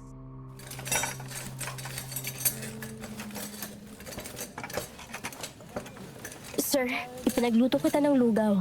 Sabi kasi ng doktor, huwag muna kayong kakain ng may mantika at sobrang tamis at sobrang alat para makita agad sa laboratory ang resulta. Sige, susundin kita. Nagtitiwala ako sa kakayahan mo. Susubuan na kita. Ikaw na munang bahala dito. Baka next week, lilipad na ako papuntang US. Sir, hindi ko po maipapangako. Baka pag alis mo, lalo lang akong pag-initan ni Marga. Ang konsensya mo ang magpapalaya sa'yo. Kahit ano pang sabihin niya tungkol sa'yo sa atin, huwag mo lang papansinin at huwag ka magpapadala sa mga pang-uuto niya. Kontrolin mo ang iyong galit at higit sa lahat, hintayin mo ako sa pagbabalik ko. Sisikapin ko po, Sir Aaron. Pagtatagal ka ba ron? Meron lang akong asikasuhin. Mga 1 buwan. Kaya mo? Kayahin mo. Meron akong sorpresa sa'yo pagbalik ko. Bahala na. Last na subo na lang. Hayop ka talagang babaeng cheap ka? Anong ipinakain mo sa asawa ko, ha? Ang kapal na mukha mo! Nilalasan mo ang asawa ko, ano? Lumayas ka ritong babae ka! Aray, bitawan mo ako, Marga. Walang katotohanan ng sinasabi mo. Magrereklamo ako. Tumigil nga kayo. Ikaw, Marga, tigil-tigilan mo ang pagkaparatang mo ng mali. Kung magsumbong yan laban sa'yo, hindi mo ba iniisip ang iskandalong mangyayari? Ikaw ang mapapaya, hindi siya. Iligay mo sa tamang lugar ang buhay mo. Kinampihan mo pa talaga siya?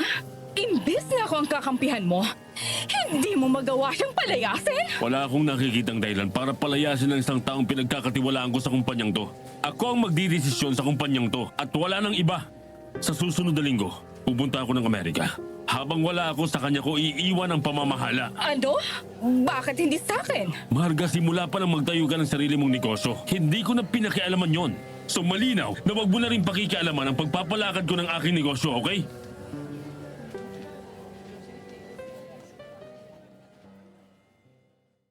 Wala nagawa si Marga kundi sundin ang gusto ni Aaron. Sa kabilang dako, mas gusto ni Marga na wala ang kanyang asawa dahil magagawa niya ang lahat ng gusto niyang gawin, maging mabuti man o masama. Habang wala si Aaron ay sa mansyon pinatira ni Marga si Melanie.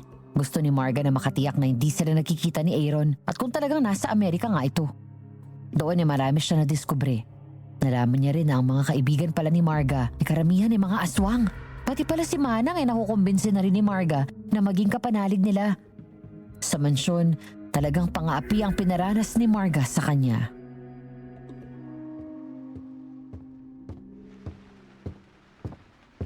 Manang, sira po bang aircon sa guest room? Gagamit sana ako. Huwag mo munang bubuksan. Ipinagbawal ni ma'am na gumamit ng aircon. Yung ventilador na lang ang gamitin mo. Yun po bang ventilador na malaki? Ang ingay nun. Para kung may kasamang helicopter sa loob ng kwarto. Wala tayong magagawa. Lumabas ka na dyan. Maghawan-hawan ka ng damo dun sa lawn. Manang, sabihin mo kay Melanie Landi. Linisan niya ang sasakyan ko. Opo, madam. Melanie, linisan mo daw yung sasakyan ni madam. Daroon yung gripo na may hose sa bandang kaliwang tagiliran ng mansyon. May scuba doon at car shampoo. Bahala ka na. Opo. At saka ito pa, kung ano ba nang makita mo sa loob ng sasakyan, ibabalik mo lang ng maayos. At huwag ka nang magtatanong kung ano yon at kung para saan, ha? Huwag kang magkakamali para huwag kang mapagalitan ni madam. Opo. Kawawa naman si Melanie. Ang totoo, kasali siya sa papatayin ni Marka.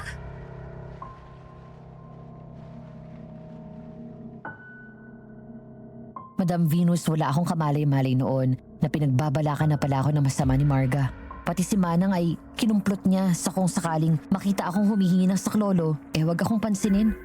Nakahanda na pala ang malaking garbage bag na itim na pagsisidla ng aking bangkay.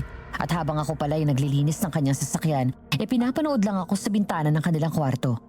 Hawak ang remote ng sasakyan. Pakanta-kanta pa ako noon habang naglilinis ng sasakyan.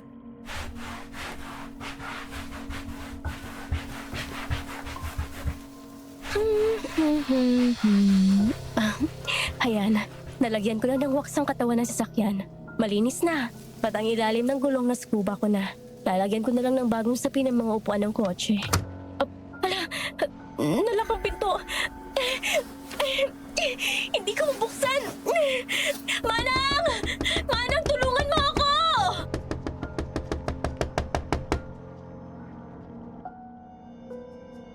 Nakangising pinanood lang ni Marga si Melanie habang nagpapanik ito sa loob ng kanyang nakalak na sasakyan. Alam niyang walang hangin sa loob at anumang oras ay hihimatayin ito hanggang sa tuluyan ng mamatay. Napahalakhak sa sarili si Marga.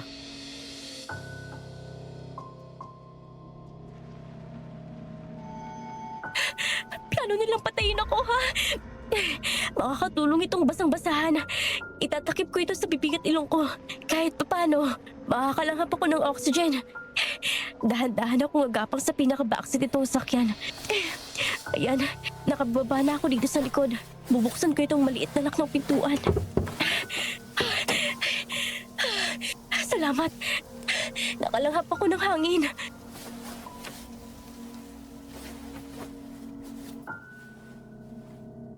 Nakalabas ako ng sasakyan nang hindi nalalaman. Halos simatayin na ako sa loob dahil sa kawalan ng hangin. Dali-dali ako nagtago sa isang malagong halaman. Doon, nakita ko kung paano dahan-dahan na lumapit si Marga sa sasakyan at maingat na pinakikiramdaman kung ano nangyayari sa loob. Nakita kong nakangiti pa siya lumapit at matagal na nakatayo sa harap. Hindi niya sana ako mapapansin sa aking pinagtataguan, ngunit nang makita ko sa may paanan ko, isang putol na daliri na isang tao na bahagyang nakalibing ang kalahating daliri at iniuod na ito. Napasigaw ako sa takot at pagkabigla ko, Madam Venus, nakita tuloy ako ni Marga at lumapit sa akin. Nagkunwaring nagmamalasakit.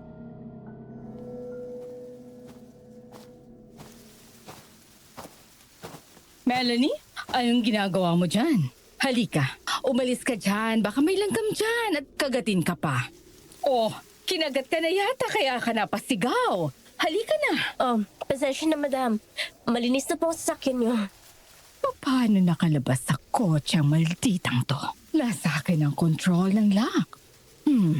May karunungan din ang babaeng to.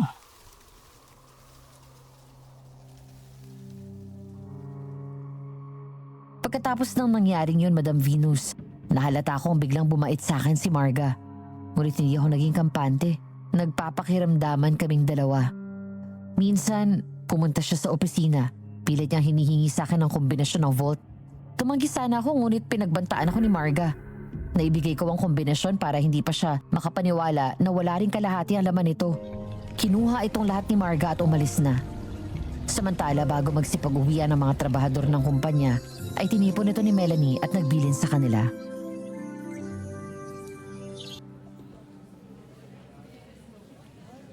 Guys, kaya ako nagpatawag ng emergency meeting ngayon dahil siguro naahalata nyo na rin may tensyon na namumuo sa pagitan ni Sir Aaron at sa kanyang asawa.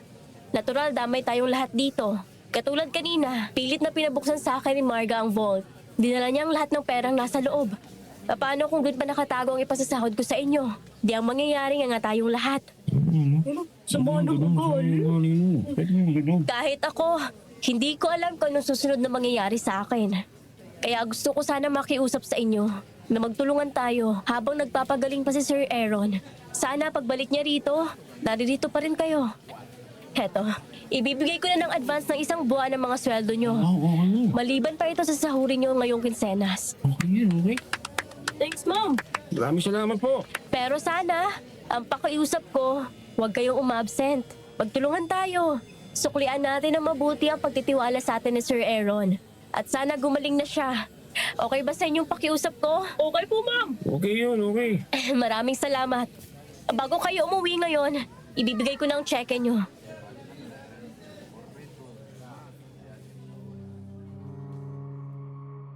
Ang naramdaman ko ng oras na yon, sa mga taong katulad ko na umaasa lamang sa kapiranggot na sweldo, pero pag nanawakan pa ng mga taong hindi kontento sa salapi, inihanda ko rin ang sarili ko sa kung ano man ang binabalak sa akin ni Marga. Pwede sana akong umalis at iwanan na ang trabaho ko, pero pinipigil ako ng pakiusap ni Aaron na huwag ko siyang iwan. Sa ilalim ng aking damdamin, hindi ko maintindihan ang kanyang pakiusap. Minsan na akong nagtiwala sa kanya noon, kaya dapat ko lang nasuklian ang pagtitiwala niya sa akin ngayon. At dahil tinapos ko pa ang trabaho ko sa opisina at inabot pa ako ng traffic sa daan, ginabi na ako ng uwi sa mansyon. Pasado 8:00 ng gabi, napansin kong may mga bisita si Marga. 3 sasakyan ang nakita kong nakaparada sa loob ng lawn ng mansyon. Dahan-dahan kong pinark ang kotse ko nang hindi nila nalalaman.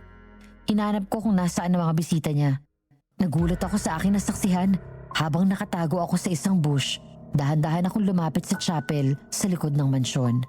Madilim ang paligid kaya alam kong walang makakakita sa akin.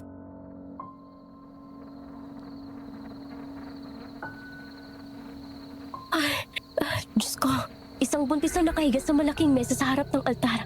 Naliligo sa sarili niyang dugo.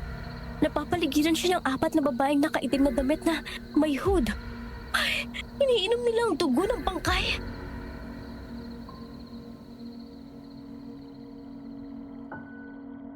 Halos simatayin ako, Madam Venus, sa aking susunod na nasaksihan. Sa pamamagitan ng surgical blade, hiniwa nila ang tiyan ng babae upang lumabas ang bata. Ibinukod ng lalagyan ng amniotic sac at ang pusod nito. Saka pinagsalu-saluhan nilang kainin ang hilaw na sanggol. Dahan-dahan akong napaatras at minabuti ko na lang na bumalik sa mansyon.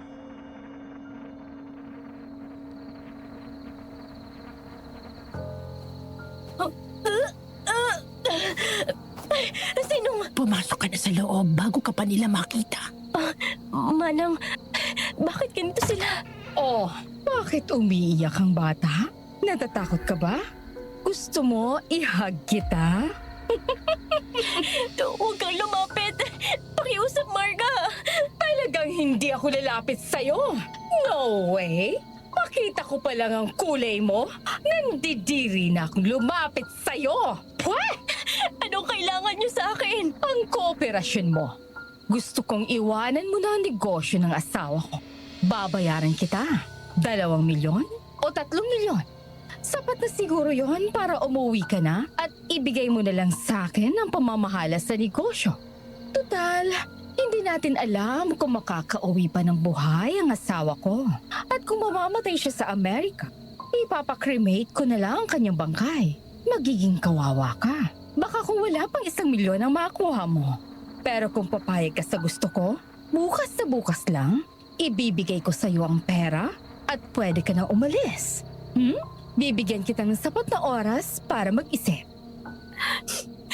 Nakapag-desisyon na ako, Madam. That's my girl.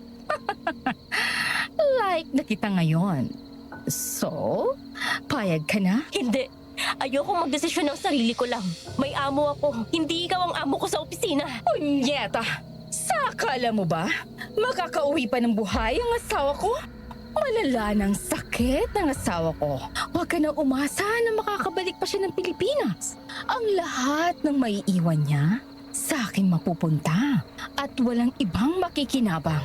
Kung sa akala mo, makakauwi pa siya para patuloy mo siyang gututan. Pweh! In your dreams. Kahit ano pang sabihin nyo, Hindi ko iiwan ang kumpanya. Ikinalulungkot ko. Hindi kita mapagbigyan sa gusto mo. Aalis na lang ako rito. Matigas ka? Pwes, huwag mo akong sisihin sa kung anong susunod na mangyayari sa'yo. Go!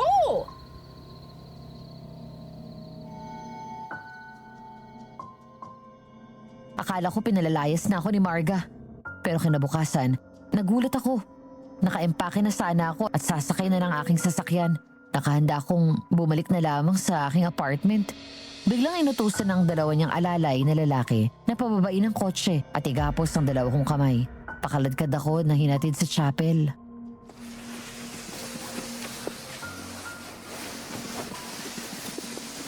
Sige, ikulong niyang malditang yan. Doon sa chapel, huwag bibigyan ng tubig at pagkain. Hayop ka, Marga! Sunugin ang kaluluwa mo sa impyerno! Mga walang mali na sagol, pinapatay mo! Tumahimik ka! Etong bagay sa'yo! Pagbabayaran mong lahat ng ginagawa mo! May Diyos sa langit na nakakita ng mga ginagawa mo! Ay! Huwag niyo akong iwan dito! Ay! Yan ang bago mong opisina!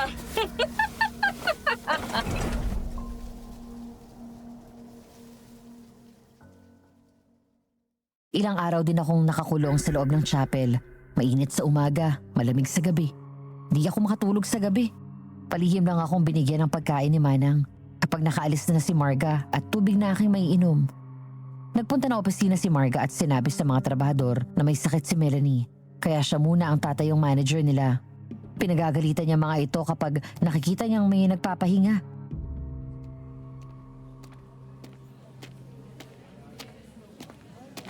Hoy, ikaw, anong pangalan mo? Ang dumi-dumi mo na. Maligo ka nga muna. Ang sama na ng amoy mo. Ayoko makita ka.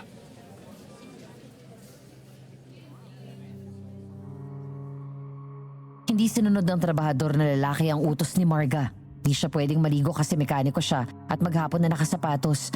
Dahil dito pinauwi ni Marga ang mekaniko at sinabihan na wag nang pumasok. Tumawag si Aaron kay Melanie, kinumusta ito ng dalaga at kumusta ang bentahan ng negosyo nila. Iyak lamang ay sinagot ni Melanie. Nag-good na si Aaron.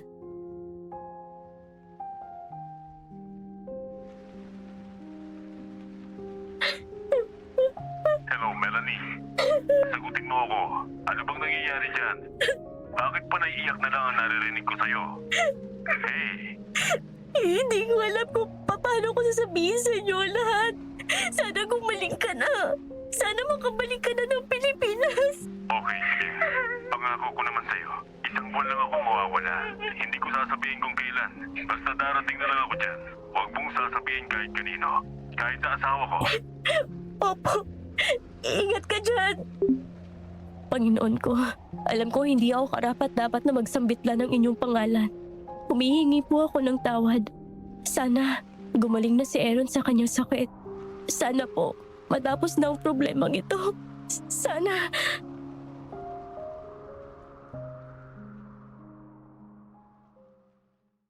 Malakas ang ulan ng gabing yun. Panaka-naka ang kulog at kidlat. Nangingiki ako sa ginaw dahil karton lang ang higaan ko. Handbag lang ang aking unan at ang bandada kong malapad ang nagsilbing aking kumot. Nawalan ng kuryente ng gabing yun at sa karimlan ng gabi, tanging ang relos ko lang na luminous ang nagsisilbing liwanag. Sari-saring tinig ang aking naririnig. May umaakyat na humihingi ng awa. May biglang sumisigaw na takot na takot. May tinig ng sanggol na umiiyak at nasasaktan. Tinakpan ko na lamang ang aking mga tenga upang hindi ko na maaring marinig ang kanilang mga daing. Sabay-sabay sa pagpikit ko ng aking mga mata, parang nakakita ako ng 3 anino na nakasuot ng gown na itim. Ang bawat isa ay may hawak na mahabang kutsilyo at papalapit sa akin. Ang sumunod na pangyayari ay wala na akong malay. Nagising ako kinabukasan nang bigla akong ginising ni Manang.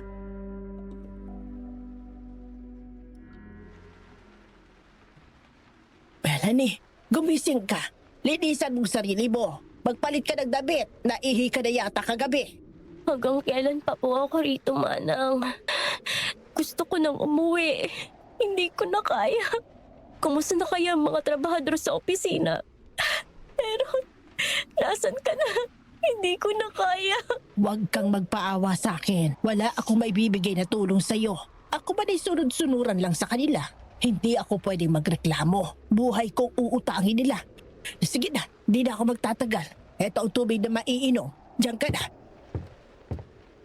Panginoon, ayoko pang mamatay. Ayoko pang maiwan ng aking mag-ama. Tulungan mo po ako.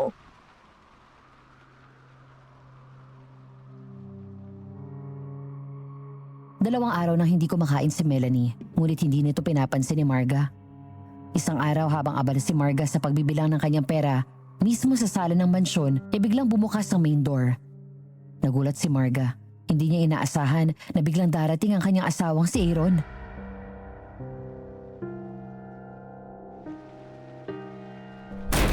Aaron? Asawa ko? Kailan ka pa dumating? Sana nasundo kita sa airport. Bakit? Magaling ka na?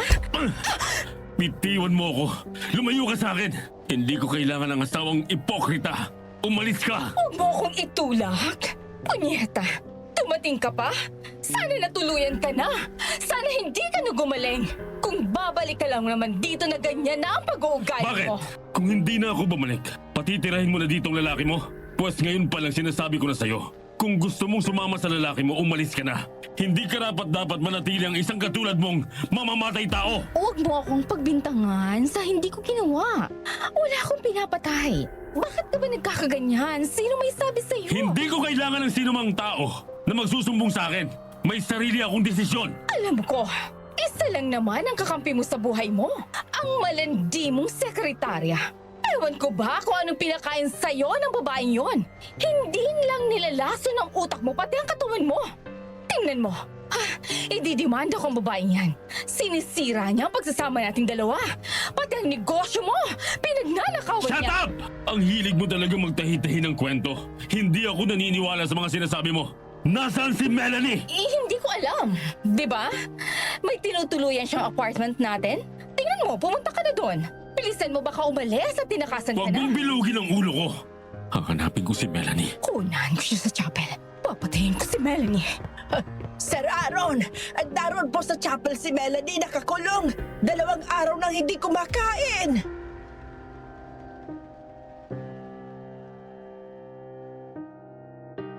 Agad na tumakbo si Aaron papunta sa chapel, ngunit naroon na pala nakaabang si Marga. Hawak ang kaputol na kahoy na nakaamba sa walang malay na si Melanie. Handa na nitong ihataw sa ulo ng dalaga nang biglang sumabit ang kahoy sa isang nakausling bakal sa kisame. Nabitawan ni Marga ang kahoy at siya ang nahulugan. Agad na pinusasan ng 2 pulis na kasama ni Aaron si Marga at ipinakulong.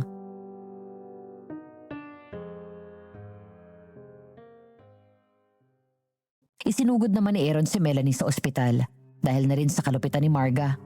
Napag-alaman ni Aaron ng mga nangyayaring kababalaghan sa loob ng mansyon dahil hindi alam ni Marga na kinabitan ni Aaron ng spy camera ang buong mansyon pati na sa opisina nito.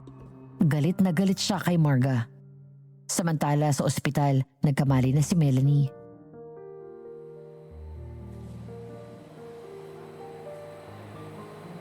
Aaron, magaling ka na. Ay, salamat sa Diyos.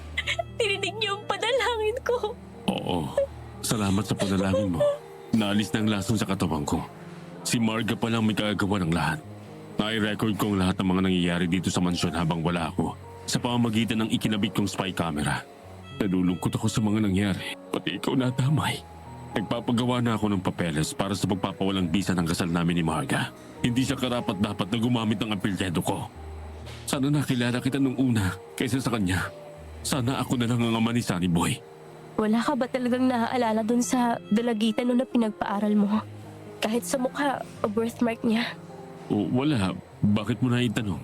Anong kinalaman ni Annie sa'yo? Sa atin? Ako, alam ko, may peklat kasi yung dibdib at 2 munal na magkatabi sa ibaba ng iyong kaliwang kilikili. Nakalimutan mo na siguro nang binigyan mo ako ng karagdagang alaman sa 10,000 at Kapalit ng isang gabing. Naalala ko na. Nagbuntis ka? Yan, nasaan na yan? Si Mr. Aaron. Luli si Aaron ng polis sa kasong infidelity o pangakalo niya na inahain sa kanya ng ina ni Marga. Oo nga. Kunin na natin niya. Nasaan na yan, Mr. Aaron? Ano? Wala silang ebidensya. Teka, maiiwan muna kita, Melanie. Aayusin ko to. Aaron,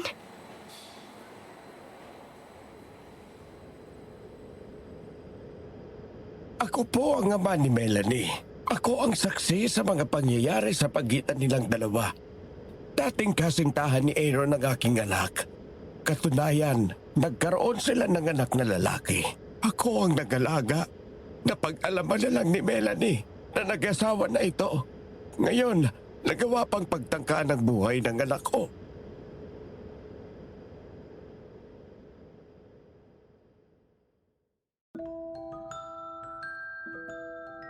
Nanalo sa kaso si Aaron, napawalang bisa ang kasal ni na Aaron at Marga. Samantala, patong-patong ang kasong isinampa kay Marga. Naridang mansyon at doon ay maraming nakitang mga ginagamit na gayuma sa botelyang walang laman, isang libritong may nakasulat na orasyon, mga nahukay na buto ng tao at mga dugo na nakalagay sa freezer at iba't iba pang mga misteryosong bagay. Nasentensya ni Marga ng pagkakabilanggo ng habang buhay dahil sa maraming pinadukot at pinapatay na mga buntis.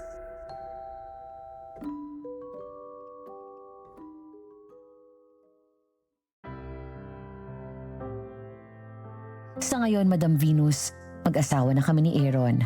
Patuloy pa rin ang negosyo naming buy and sell ng mga heavy equipment at realty builders dito sa Pilipinas. Sinasabing ang pagtitiwala sa tao ay may dalawang resulta. Pwedeng pagkatiwalaan o hindi. Pero ang higit na dapat nating pagkatiwalaan, walang iba kundi ang Diyos. Salamat po sa pagbigay daan ninyo sa aking kwento. More power po sa iyong channel.